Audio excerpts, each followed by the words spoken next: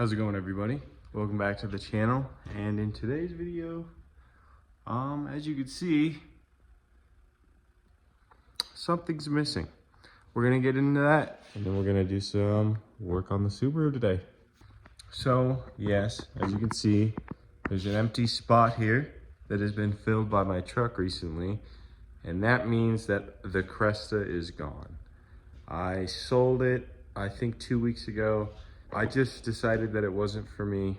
I liked the car and everything like that, but I just kind of felt like it wasn't gonna be something that I would truly end up wanting. So I was gonna sell it and then buy another car, and then I decided that it's finally time to start actually putting money into the Subaru. And by that, I mean, it's time to make some actual power. So right now, I'm still stock turbo. Pretty much everything is stock. I just have like basic bolt-ons, just front mount, an intake, boost controller, and then I have STI injectors in there too, but no fuel pump. And that was just because I had some laying around, and when I rebuilt my motor, or just put it back together, I decided that I was just gonna slap them in, get a tune for it, and then call it a day, because I never really finished the tune for this current setup. And that was 4 years ago now. So I haven't done anything power related to this thing in many, many years. So I decided that it's finally time with that. We're gonna take steps towards the ultimate goal of reaching 300 horsepower for now. And the first step of that was to buy a VF39 STI turbo. So the limits of this turbo are around 320, so it's not going to be permanent. I'm hoping that later on, eventually, I can make like 400 horsepower or something like that. But if you know Subaru, I mean, that takes a lot. I mean, I gotta either build my transmission or put in a six-speed swap, and I gotta find the right STI transmission to make that a cheaper, viable option. You're pushing the luck on your stock motor as well. I've seen a few make 400 for a really long time, and especially the way I drive, I think it would last quite a bit of time. But more or less, I want to get a spare engine, build that on the side, leave this at 300 until I decide if I want to go rotated or something like that, and go from there. So we might get into putting that turbo on today, but the main focus of the video is actually going to be putting these Cadillac ATS brakes on. I found this kit on Facebook Marketplace for 600 bucks. I've got 2 front calipers, I've got 2 front rotors, and then the kit itself, and then all new pads and everything for 600 bucks. Pretty good find in my opinion, considering those calipers alone are like 600 bucks. So we're gonna do that, but first we're actually going to get a belt for deleting my power steering. Now, I don't think this is gonna be permanent. The only reason I'm gonna go get this belt is just so I can test to see if it is my pump or my rack. Because as I was saying in my last video, whenever I turned to the right, my car would like shake and it would vibrate, and it was not fun to drive. So we're gonna try and see if that's because of my pump, if there's air in it, or if my rack, and I have to replace the rack. So we're gonna go to AutoZone or Advance right now and go get that belt. All right, with a little bit of effort, we got the turbo out. Here it is. This is it next to the STI turbo. You can really see how much bigger this one is, especially just the compressor housing. Yeah. So if you don't know how to take a Subaru turbo out, it's pretty easy. It's just kind of a pain in the ass because everything is like in the way. So the bolts I had were this one, and this back one. And then you got your 5 bolts here. I have 2 bolts here, a stud here, a stud here, and a stud here. This one It's kind of a pain in the ass to get to. It's easier if you jack the car up, but it's completely possible if you have it on, doing it up top like I did. And then you have your drain hose right here. Most of the time, it'll just be one of those like squishing clamps. I don't know if I have one right here. I don't. It'll be like one of these kind of clamps right here. I swapped it out for just a worm clamp because I thought it was easier. I mean, it's not that bad. And then you have your banjo bolt up top that you take off. That's a 14. And then you have your coolant return line here that you take off. And then you also have a coolant feed at the top as well. So that's about it. It's really not that bad. I've done it quite a few times. I think this is like, I don't know, my 4th time doing it or something like that. And yeah, so now I guess it's just time to redo the process and put in the STI turbo.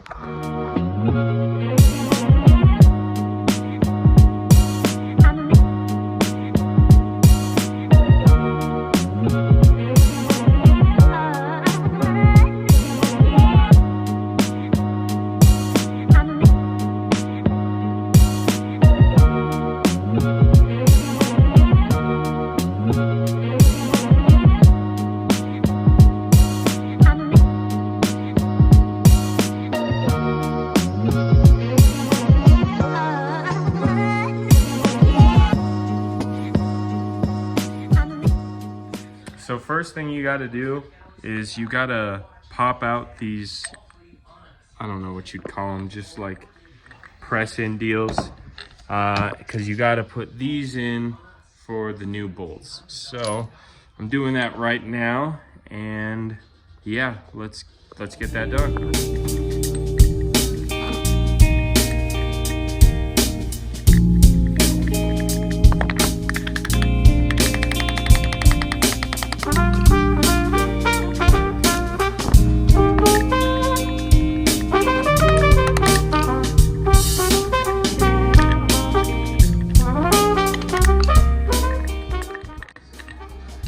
Alrighty, now it's just time to do the inverse and hammer these ones in now.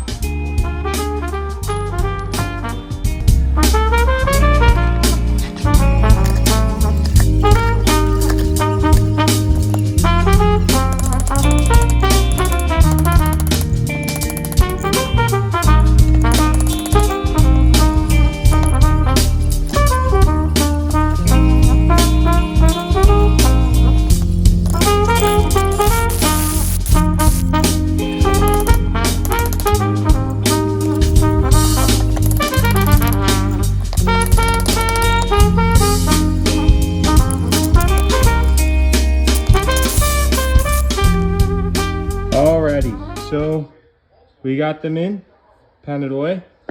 So now it's time to get the brakes off of this thing so we can start drilling the holes for the new brackets.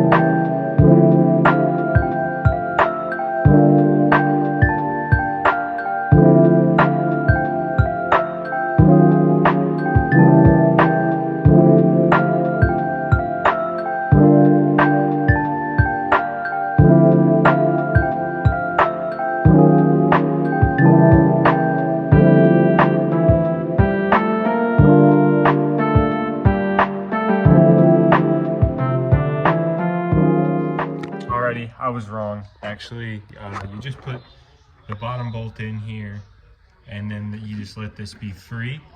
So then next, you take one of these spacers right here, put it on like that, and then you get your rotor on, put your caliper on, tighten it all up. I've also got steel braided brake lines that I'm gonna replace, so I got to take that off from there. And then after that, put the pads in, and then bleed the brakes, and then we should be done.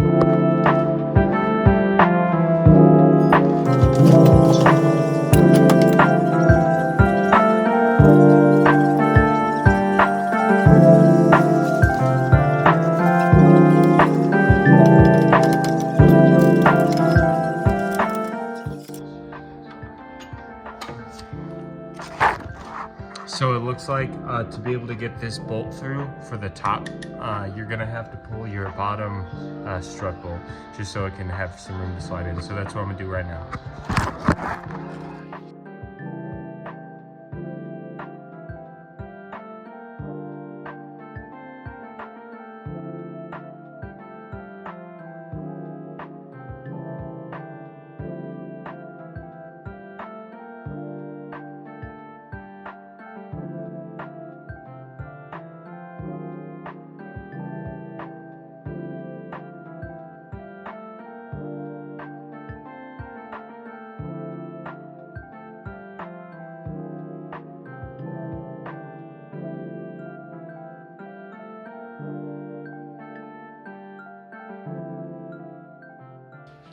All right, well, this was kind of a failure of a video, but I might as well get what I can out.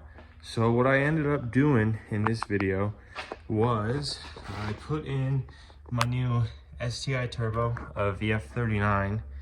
I also ended up getting some 2667 spark plugs in there. I didn't film that because I didn't think it was going to be entertaining, so I didn't. I just boost leak checked it, and I replaced my power steering hose right here because it was leaking pretty bad.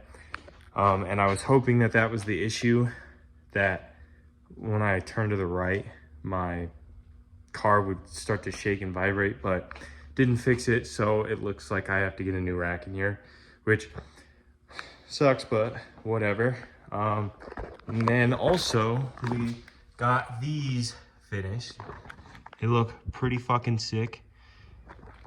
And that was a pain in the ass. I didn't film it either, but over on this side, my I wonder if I still have it, but my metal part, like the hard line, the fitting on that broke off, so I had to wait for a kit to be able to flare it out, and some new fittings too. Just some of these guys. Oh, some of these boys, and I had to use this tool to fucking fix that. And then I also ended up putting on a new rear diffuser. Looks pretty gas, I'd say. It collects hella mud, and as you can see right now, it's mounted by these two bolts. They're not on there too great, but it works for now. I need to get back in there towards the middle, that way I can like lift it up so it's not hanging down. And I'll just drill 2 holes through my trunk well and put a bolt in so it's supported like this one is in the middle. And yeah, other than that, just kind of been slow going. Parts have been not working out the way I wanted them to. I mean, it took me 3 hours to fix that brake line. It just wouldn't flare out. It kept slipping out because that tool's cheap and it's from Amazon. And then I also got a new side skirt extension. It's the same exact one, but if you could see here, when I first got it finished, I rubbed through it, and so it doesn't really fit, or it doesn't really look as nice because the bottom's a lot shorter than the other side, so it's uneven. I also picked up these new extensions. I'm undecided if I'm gonna put them on the S13 or if I'm gonna put them on the Subaru. And then yeah, I also put in a new 255 fuel pump into the Subaru because we're shooting for 300 horsepower, like I said. So yeah, I gotta bleed the brakes now again because they don't really work that great. Put in a new rack, and then hopefully the next video will be that, and also putting new extended control arms bottom on the S13, because I think I mentioned it on my YouTube channel, but my right side sits out a little farther than my passenger side, and so I'm wondering if I could just get extended arms to be able to adjust it and make them even, and also maybe be able to get a little more poke of the wheel from the side view, like right here.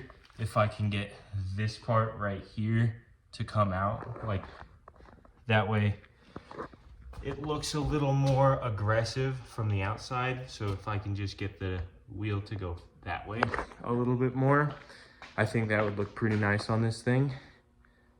But yeah, that's gonna be it for this video. I know it's kind of a bummer of a video, especially because it's kind of just pieced together, mumble jumble.